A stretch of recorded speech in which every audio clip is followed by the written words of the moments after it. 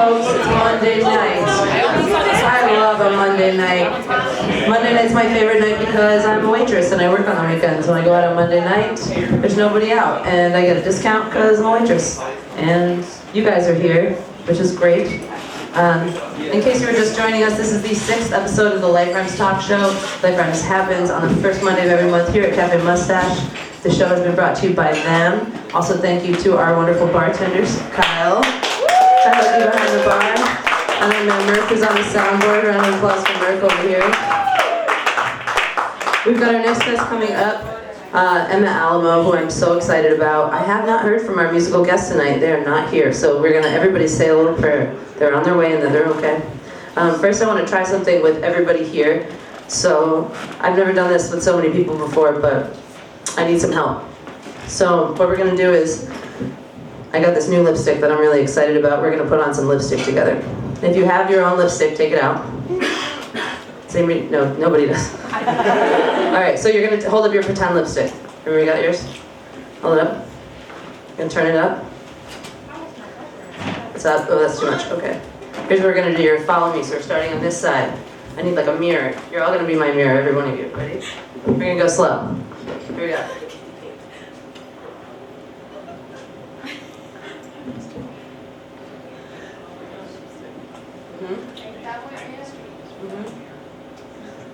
Oh, I need your help. You gotta do too. Okay, how do we do? Okay, we're gonna do top part. We're gonna do top part. Ready? Go slow. I'm gonna get the contour right. Ready? I'm watching you.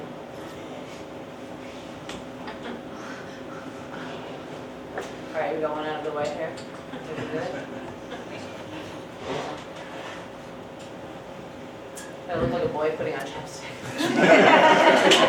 How do we do? We did great. Looks great. All right. So here at the Cafe Mustache Broadcasting Company, we're required to hear from our public organizations as well because we are a public organization ourselves. And so now we are going to hear a word from the Parks and Recs division here in Chicago. Let's give it up for them.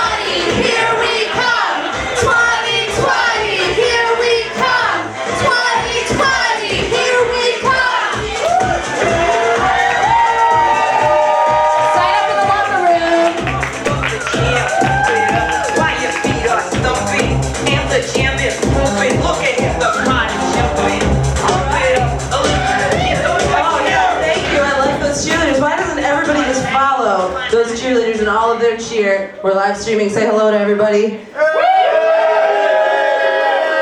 Now get your asses back to the cafe side because we got an interview to do. Right now. No break. Let's see it.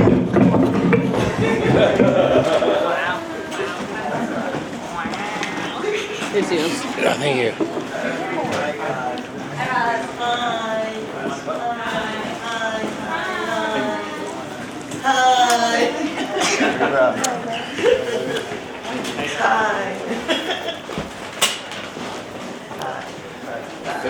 Hi. Give one to the camera. Hi. There you go.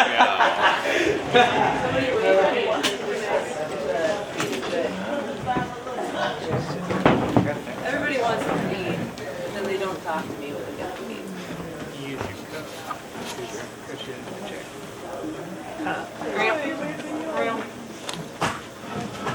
There we go. I love bragging to people and telling them that I was a cheerleader for 6 years. And it made me really fit for life, so enjoy that. But I was the only weird one, and that is the birth of the Queerleading Squad idea. So if you feel like you have the pep and physical prowess to have fun and get psyched on stage, we have some really positive things to get excited about. 2020 is going to be a great year, and we're doing everything we can for ourselves. How does my lipstick look? Great. Okay. It's the Rihanna MAC, because it's really good. I like it. Okay, are we all here? Yep. Okay, great. I'm really excited to introduce our next guest. Maybe you saw their work over here. It's mostly making people stop in their tracks and be like, oh my God. Emma Alamo is the creator of her own unique brand of handmade leather bondage and harnesses and accessories. Her work has been featured and showcased in the Fly Honey Show and throughout the Chicago queer community. Give it up for Emma Alamo. You look great. No, we should hug. It's like, oh, it's great to see you. Oh my God. Welcome to the show. How was your flight from LA? I'm just kidding. How are you? First class doesn't give you enough room anymore. Where did you get those earrings? Oh, I kind of made them. This one. This one, yeah. They're different. Okay. Well, so the last real personal interaction that we had actually was I had made a painting of you a long time ago because we've known each other for a while, but we don't need to get into that. But I think we can hash it out. we will. It's in my cards. It's in the cards, okay? But I painted a picture of you a long time ago and I was like, do you want this? You were like, sure, I'll trade you something. I was like, I want one earring, which I immediately destroyed and then attached more shit to. But that's how we do things. Yeah. Truly. That's life. We knew each probably, I did the math and I feel like I met you in 2015 or 14. Sounds about right. What time? Oh yeah, thank you. Thank I felt you, like Coco something was Milo. weird. Is this on? Okay, cool. Is it? Is this thing on? I shouldn't be the only one. It's not about me. I want to amplify you. That's what we're here for. So when I met you, you weren't doing this. Yeah, I've only been doing this for about 3.5 years. You're doing great. Thanks, yeah. You're doing a really good I job. jumped right into it. How did you start what were you doing before? Woodworking. Right. Yeah, I was a set designer, theater carpenter. Can you hear her? Yes. Yeah, okay. I saw you in a play before you started doing this. Yeah. And you were amazing, and also you built a lot of this. It was like a time travel play. I built the set and some of the puppets for that play, yeah. It was awesome. It was a Charnel house. It was cool. Yeah. But now you're doing this, and Yeah. what made you jump the tracks? My respiratory system just kind of stopped working 5 years ago, and my life was like an episode of House for a little while there where they couldn't figure out what was wrong with me, but Diagnosis. yeah, not everything is super easy, so I had to stop spending all of my time in dusty wood shops. Oh, is that what it was? Or That wasn't the cause, thing? but that was making everything worse. And if you're someone who is gonna have a forever kind of chronic respiratory illness, that's just not a good line of work. So I just stopped doing woodworking, and I was a sad drunk about it for a year. And then I had been making utility belts for myself for since I was 21. So this one, this is like a utility harness. Custom as fuck. But I have more simple belts, and people had always been asking me about them. So I was like, I'm just gonna keep making these and open an Etsy store. Boom. And then it just took off. And when I was digging around with leather making these, I made a couple harnesses and posted pictures of them online, and everyone was like, this is what we want. It is what people want. It turns out, this is shocking, but people are willing to spend a lot more money on their sex lives than on hipster fanny packs. So it wasn't the direction I initially thought I was gonna be going in, but I'm a huge pervert, so I feel like it worked out. I feel like people love to, I know I love to get dressed in different identities and costumes. When you put something on like that, you feel sexy, and then it helps you break through things and take on different identities. You don't need me to tell you about that. So let's see, talking about photos, let's see some of the stuff that, here's what we need to do. There we go. That's Emma in her studio. Beautiful. But let's look at some of the stuff that you're doing here, because we have a lot of stuff on the table, but you do so much. I think I just picked some like select things that I think are interesting, like this kind of like helmet, headpiece, headpiece. This is kind of like a fashion environment. It looks like a hella cool like group photo, but it shows a lot of different things. Yeah. I think this one is really cool. It's a posture harness. Yeah. Tell us about that. So that, because I have terrible posture, and my back was hurting, so I was slouching too much. So one day, so one day I was like, I'm gonna make myself a posture harness, strictly functional, super simple. Super sexy. Yeah, and then after like 10 hours, I had that. And it's a lot of work. Super not simple. But yeah, I was really happy with the way it came out. So then I posted, I started selling those, and I sold. People are buying them up. I sold a lot of them Cool. during my Black Friday sale. It sort of straps your shoulders back and keeps you from slouching. I actually have one with me, so if anyone wants to try it on. I'll totally check it out. Yeah. My back hurts. I brought up this body change just because it's jewelry, it's not leather, but it's really also really sexy in a different way. Also celebrity wear.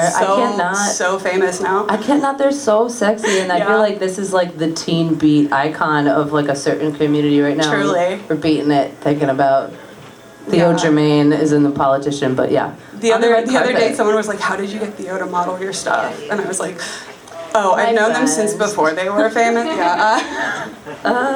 else do I have in here? It's This great. is the one that I want.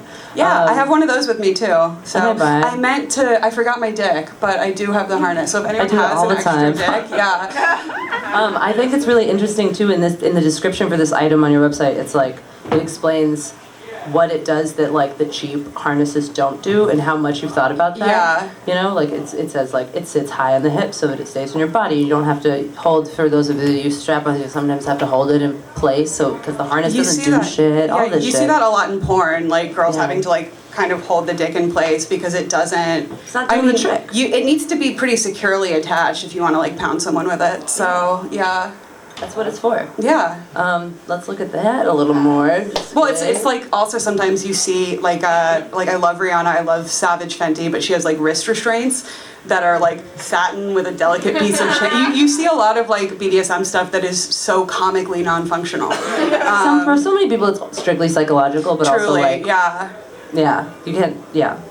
You just need the costume, and then the function is second. I'm just kidding. Spring for the real shit, so you can get the job done. Can you talk about the kind of, not necessarily your demographic, but like the work that you make? It's not just like a strap-on harness. It's not just posture stuff. Like, what are people using this for? And also, I think that there's a big, obviously suddenly, maybe not obviously to everybody, but this shit is everywhere all of a sudden. It's very sexy, it's very fashionable, it is very on trend. Why do you think that it is that people are suddenly hot on the trail of this aesthetic? That's a good question. I think part of it is that women being open about their sexualities is kind of a new thing. And also we've sort of seen, I feel like, just in the past 30 years, queer go from being something secret and hidden to now it's something cool. Now it's trendy. It's so cool. It's so cool. And I feel like a lot of this, it's funny because my friend Lee always, who's a comedian, has a bit about how the whole BDSM fashion thing is cultural appropriation from queer people. And I mean, they're not totally wrong, but you can't hate though. If somebody wants to explore that, you have to be do it. But I think that's what a lot of it is people pulling from queer culture, which is fine with me. But Somebody used the word harnies to talk about kind of newbies and straight dudes who go to the Leather Daddy festivals and just wear some cheap Wish.com harness and just to be I'm here, I'm queer, sort of. Yeah. Which is fine. Everybody gotta go steps, and you never know how you really are. So but harnies, yes. Is that like carnies? Yeah. Yes. Yes, it is. That's Crosby. He's our cheerleader. Shout out to Anna, our other cheerleader, who it was her birthday yesterday. So hey, it was their birthday. What do you think your top selling piece is? Most popular leather biz. The strap-on harness. Yeah, probably. Is that it's front? The strap-on. Oh, the strap-on. The one that I showed. Yeah. Hell yeah. Yeah, probably either that one or this one that I'm wearing, which I'll go Showed up. Yeah, it doesn't, the pockets are removable, obviously, but yeah, I joked that I don't have a butt, so I'm constantly trying to design something that tricks people into thinking I do. It looks like you have a butt. It almost kind of looks like I have a little bit of a butt. I've got a major butt, but I totally want to tie it up in some leather. Totally. We're gonna do it. People always ask what this one is for, which is kind of funny to me. People are always like, "What are they for?" They're for fucking. Yeah. And like grabbing a hold of. I guess that's what I'm asking is like, do you want to like explicitly be like, why would you wear a harness? Like, because it makes it easier for your partner to manipulate your body. Thank you for saying that. Yeah, like spell it out for me. Like having all of these straps that you can grab onto, which I feel like especially with queer couples where like there's a lot more power exchange, or like sometimes like the person who's the dominant isn't physically bigger or stronger than the person who's the submissive, and it allows you to like really yank someone around. And it implies like it implies that you belong to someone. It's like a collar, the collar idea like expanded. Yeah, so for sure. I'm just going with you here, but I love what you're saying. Let's talk about this a little bit. Oh yeah. I want to ask you because I think we were saying earlier, social media is a blessing and a curse. But it's pretty amazing. Can you tell the story about what happened here? Yeah, so the one on the left is my design, and this brand called Marie Muir, which came out of nowhere in January and suddenly has 200,000 followers. So fancy. They came out with like a huge ad campaign. They were paying influencers to like wear their stuff and illustrators to do drawings of their stuff. It's all, okay. Quick lesson in leather. How many of y'all know what it means if something says it's made of genuine leather? What does it mean? I feel like shocked. Genuine leather, you see that and you think it means like real leather or like quality leather. Genuine leather is like the baloney of leather. It is, it's, if something says genuine leather, think of it as meaning like at least it's mostly leather. You want to do like the top 2 layers of like a cow or a horse's hide, and then everything below that is kind of garbage. So they like pump it with chemicals, put a sealant on top, and put a print on it to make it look like it's actually Makes me so real kind sad. of. Which is why genuine leather is super cheap. It falls apart. It's full of chemicals. Literally mashed up meat. Yeah. It's the spam of leather. But the wording is so misleading. So like Marie Muir's website is like, we proudly make everything out of genuine leather, and anyone who knows anything about leather, which isn't a whole lot of people, will know that that's the silliest thing ever. But you're educating us, which is great. It's shittier leather. It's an exact copy of my design. I have a picture of that harness with the model like handcuffed to the back, and they copied my photography too. It's the same exact shot. I saw that too. Yeah. I have it. And someone, actually Nat, who also makes harnesses, Nat Glitter Kink, is the one who sent me the image and was like, dude, this company completely copied one of your designs. But this is the Talia harness. Talia? The Talia. Talia harness. Talia. It's named after FKA Twigs. But, oh, yeah. Did you bring one to her? I did. I snuck her a harness. Any word on that? No word on it, other than that she apparently loved it. I love her. Like, wear it. Just put it on and post a picture on Instagram. And also, please marry me. Or just send you like a sexy selfie of her. I'd be dead forever. Please. We have our imaginations. It's the richest part of our lives. Yeah. I'm just staring at these booties, but I also think that the booty on the left is preferred. Everything on Marie Muir is so airbrushed. Yeah, why? Right? Something that I love too, that you note, and you're like, and also these people, like, they don't like offer plus sizes or show plus size models, and like you are offering a lot of like black, brown, and like alt identities in these in your designs, and it's really sexy to me. It's not just like it's important to do that, but also like I'm tired of looking at like skinny girls and sexy things. Okay.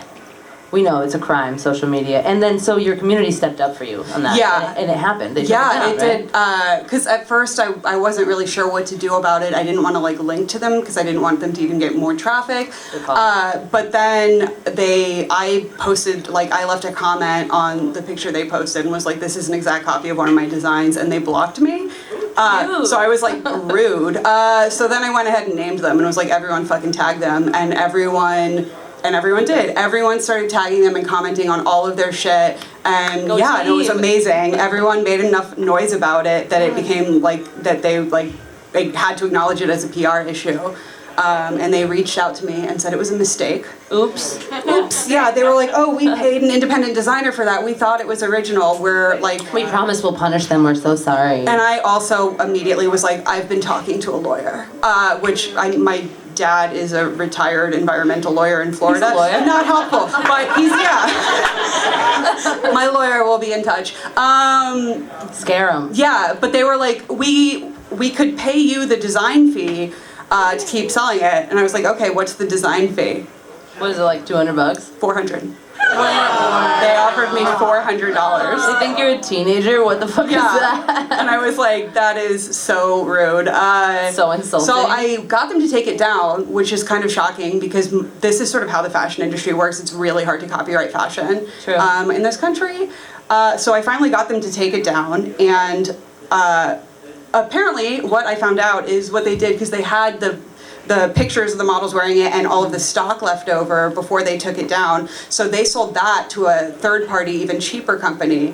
And that company, just to unload it, was selling that harness with another discontinued Marie Mura harness and a bodysuit, all for $30. Wow. And at this point, I've dug so deep into all of these brands that all of my advertisements on Facebook and Instagram are these brands, which is great because I know I've seen a few more of my harnesses, stolen designs. It pops up, yeah. Since then, 2 more of my designs have been stolen. But this one is the most like exact copy of a really specific design. Are you gonna pursue the other 2? It's, it's kind of like Wild Goose Chase? It's this is how the fashion industry works. I don't know if any of y'all follow Creepy Yeehaw. She's probably... Creepy Yeehaw? Yeah, she's amazing. She's probably the most successful and like famous harness designer in the country right now, and I see rip-offs of her stuff at every turn. Oh man. Yeah. What do we do? Right? Community, yeah. It's great that our community is here to support us, and also like, if there's something you can do, if you put out a social media campaign for justice, we can watch and respond from our beds or whatever, but I'm sorry this happened to you. And also I was really impressed with how it played out on the internet. I was just like, yes.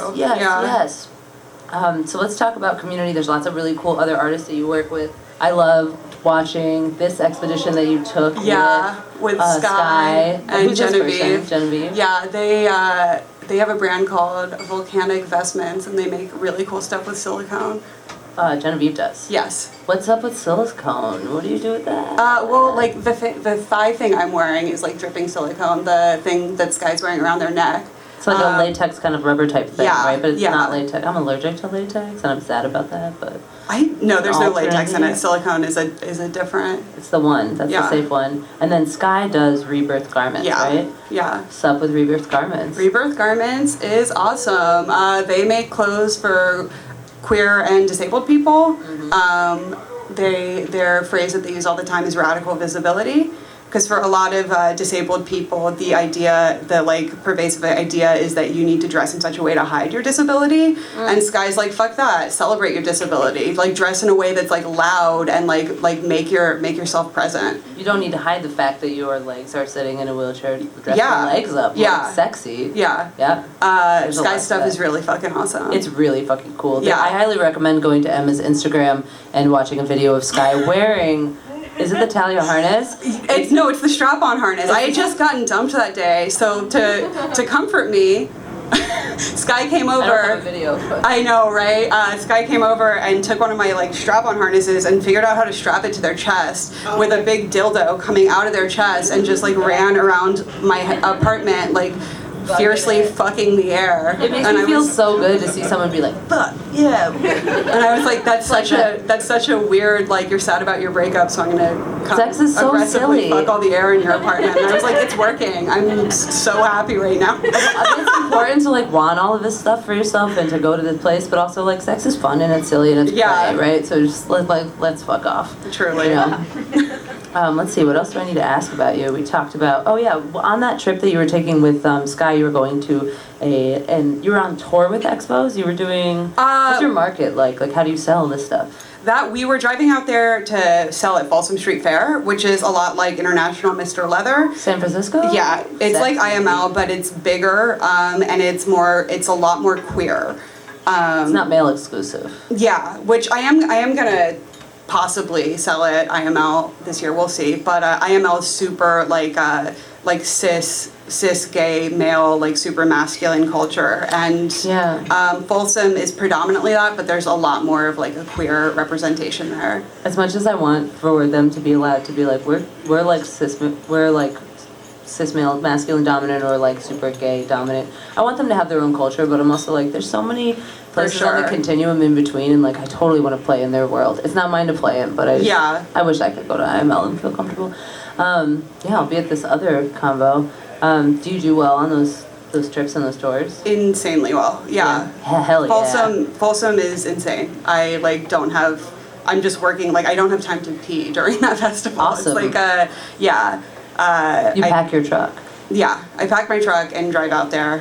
Did you guys see Emma's truck outside? It's a red truck with like a teal top to it, and it's when I rolled up, I was like, hot truck. Yeah. But I remembered a picture of you climbing into your truck on the salt flats in your harness, and I don't have it here. Yeah. Which is a shame. But yeah, I do a bunch of different kink conventions and like swingers weekends and things at hotels, which are so nerdy. They are so nerdy. It's amazing. The swingers things? Yeah, and the kink things. There are so many people there who like work 9-to-5 jobs and are couples with kids and are like. I think I'm just so not used to interacting with people who aren't artists. Like no part of them identifies as artists. It's like a whack facade that we try and put on. It's like I'm cool. I think it keeps us from getting laid too. I think people think that I'm too cool for them, and so no one's like, yeah, let's do it. And I think they're too cool for me, and then it never happens, which is a shame. Yeah. We should all be fucking single. Hey. Yeah.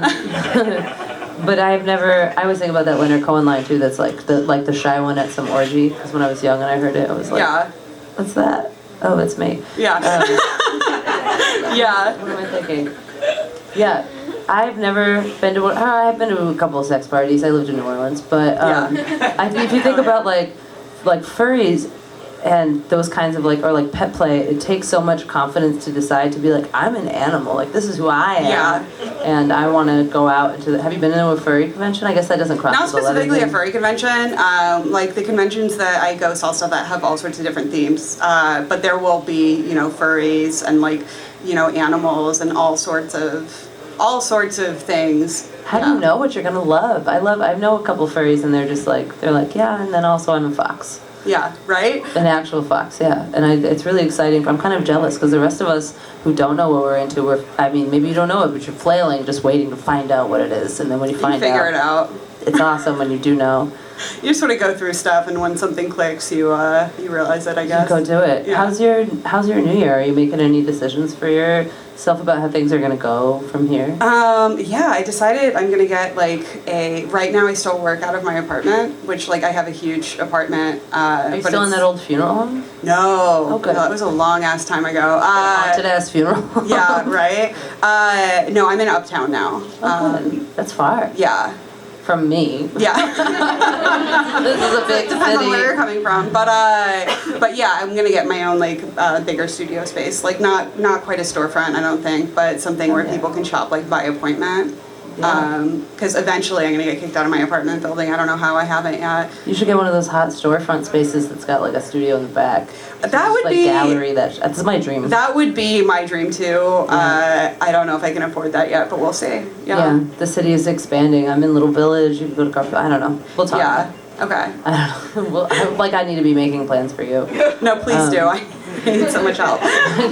We all need help. I think it's important that we help each other because it's so much easier to see what's going on with somebody from the outside. Yeah. Like, oh, I see what you need, and then I want someone to be like, I see what you need. Here's what you do. But I do a talk show. That's what I do. Yeah. I host this talk show. You're doing a good job. I'm nervous all of a sudden because our last guest is. Does anybody here know Jolene, whatever? And can reach out to them. If you have their phone number, reach out to them. I'm a little worried because they were on their way here and they're not here. Let me know what's going on. Sorry, we're on the mic about that. Anyways, You're not from Chicago, are you? No, I'm from North Florida.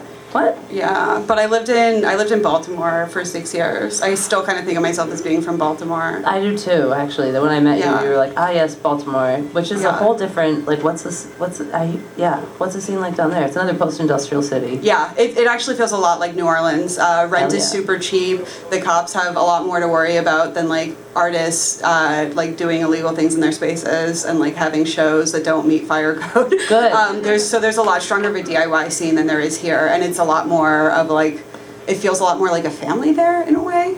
I like that. When I moved to Chicago, I was like, oh, it's so weird. You like decide to meet up with friends and go to a bar together. You don't just go to the one bar where all of your friends already are. We do and we don't. To I a mean, all the degree, time. but there were like, yeah, in Baltimore there were like 2 bars that people hung out at. And they were right next to each other. Is it? It's a small city. It's pretty small, yeah, and it's another, yeah, like it's super.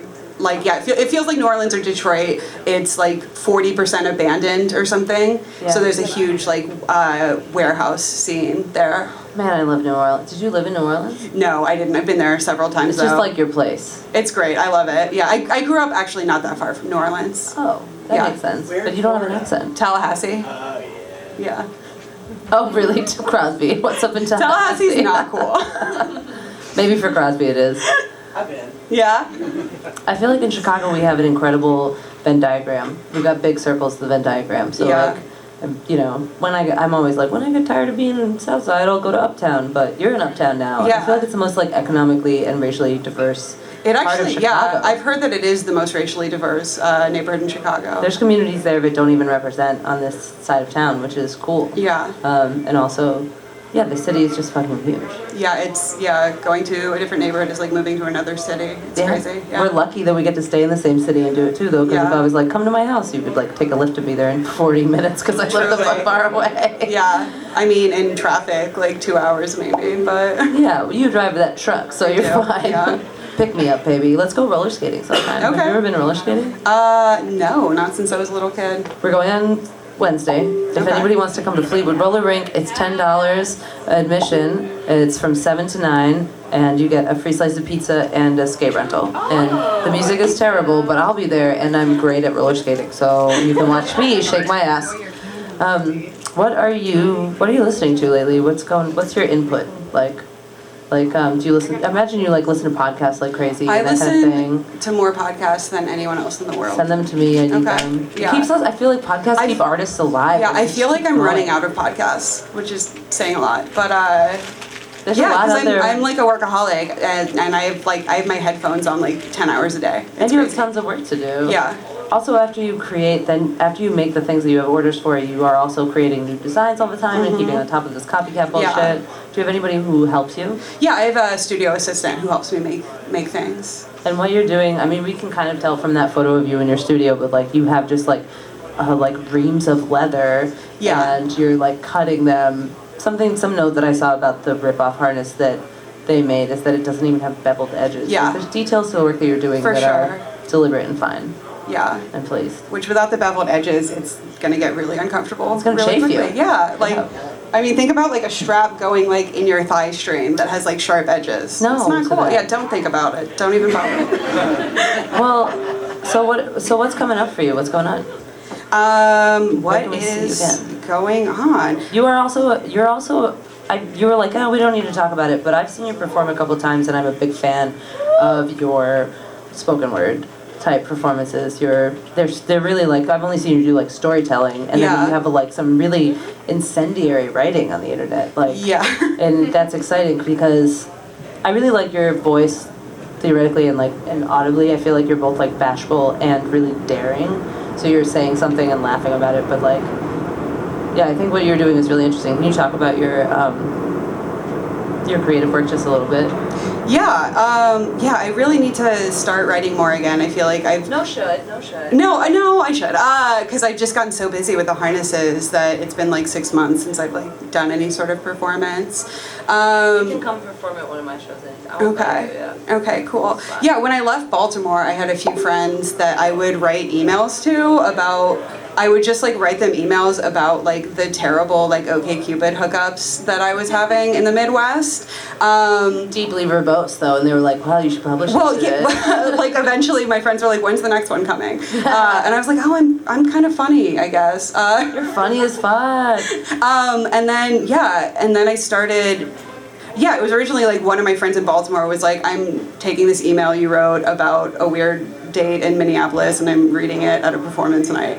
That's a little weird. How do you feel about that? I was like, okay, like Permission granted. Yeah, it was like written as like a monologue basically. So then I started performing at Salon-a-thon, R.I.P.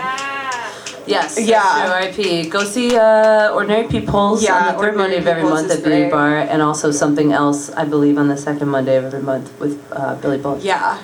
Yep. Yeah. They took the place of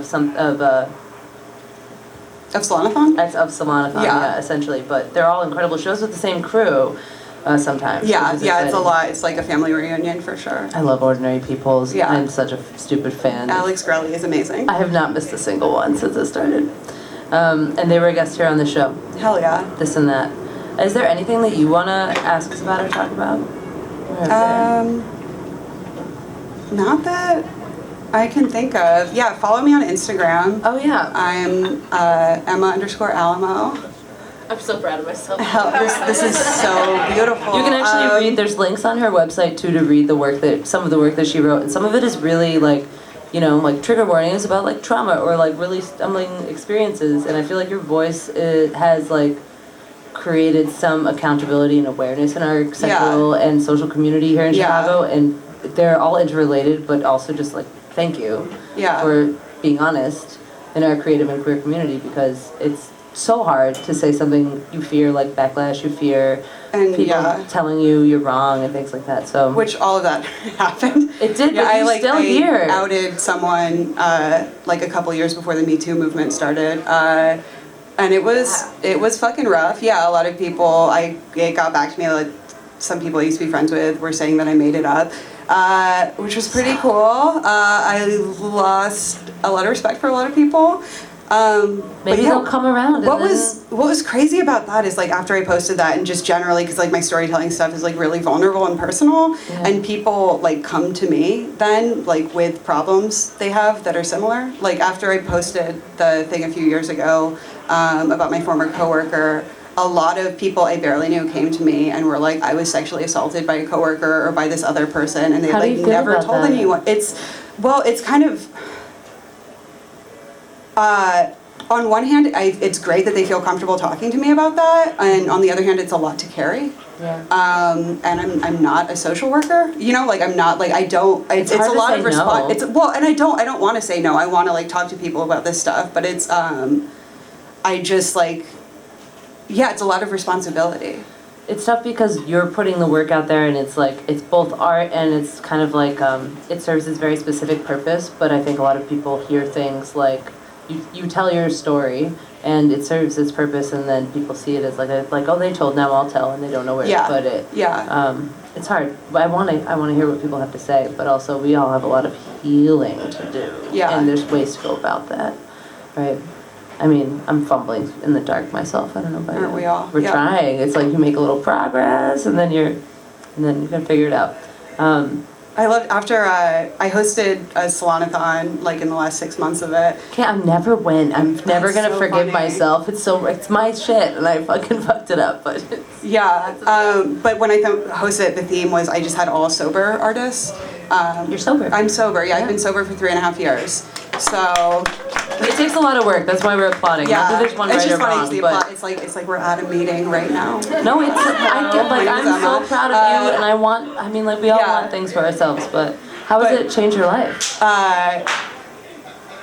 Sorry, let me just go back to what I was saying. Oh, that after the Salon-a-thon, I got a bunch of emails the next day, and like there were like 4 that said like, thank you for hosting that. It really made me feel less alone as a sober person in the city. And then I had one email that said, thank you for hosting that. It really made me feel less alone as a person who has also used a clove of garlic to treat a yeast infection. It's the best solution.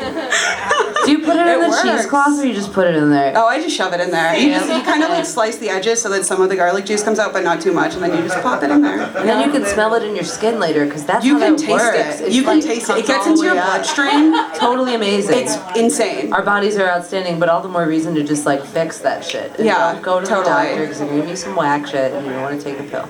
But saying. yeah, to go back to what you're saying, sobriety, I wouldn't be able to run this company if I was still drinking. Like I started the company like the month that I quit drinking. So I feel like I just transferred all of that energy. You into done this. it. Yeah. You did it. Yeah. I'm so happy for you. Was there something that made you be like, all right, we're done here with the drinking? Part of it was I feel like I didn't really have a choice because I was very sick at the time. Yeah, you were dealing with some chronic illness for a long time. Yeah, and I was like, in the past 5 years, in the past 4 years, I guess, I've had 5 surgeries. I'm sorry. Yeah. Sympathy, sorry. Yeah. But how do you feel now? It's been manageable for the past 2 years. It's something that I'm always gonna have to deal with, though. But you look great, and I'm so Thank glad you. you're here. What else do I want from you? I think I've gotten everything I want. I feel like I could keep you here for a while. Emma's got some stuff for sale here on this table, but also, like, please check out the website. There's a whole world of stuff, and then she does custom work. Every time I see you and I'm drunk, I say things like, I've got this dildo that doesn't fit right, and I need a harness that functions appropriately, but I think Hell yeah. I'll figure that come shit to me out. with your weird shit. Yeah. Someone message me and be like, I need a harness that holds my, 5-inch diameter tentacle dick. Yeah. That's great. I would love to make that for you. Emma, I love you so much. Thank you for joining us. Yeah, Let's thank hear you for for Emma having Alamo. me. We're going to take a break. We may or may not have a musical guest up next. We're going to see what's up with Julisha. So crank up the music. She said she'll be here by 10:10. Great. So hang on tight. We got some music on the way. Talk show to be continued. Hey.